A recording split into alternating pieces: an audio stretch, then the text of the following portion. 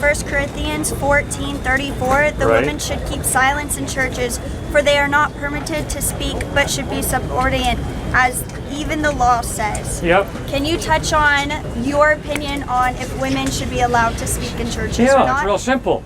In the next chapter, or the previous chapter, Paul writes, when women pray and prophesy, they're to have their heads covered. Well, what are you, Paul? Schizophrenic? You're telling women when you pray and prophesy, have your heads covered. That's obviously talking, praying, and prophesying in public. And I don't let women talk.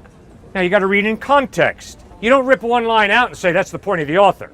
To interpret, you read in context. When Jesus says, I am the light of the world, is he claiming to be a 100-watt light bulb? No. He's using metaphor once again to make a point. So, you read in context, you respect literary style, and you interpret. So when Paul says, when women are praying and prophesy, they're to have their heads covered, and I do not allow a woman to speak in public, what on earth is he talking about? Well, when he says, I do not allow a woman to speak, the context is order in worship. What was happening? We'll just go out and watch the movie Yentl. Barbara Streisand plays a young Jewish girl who wants to get an education. And in her culture, women were not allowed to get an education.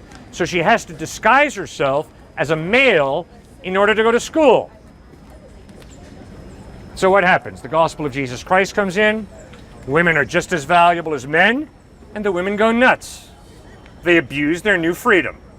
And they start just blurting out all over the place, and Paul says, boom, time out, keep your mouth shut.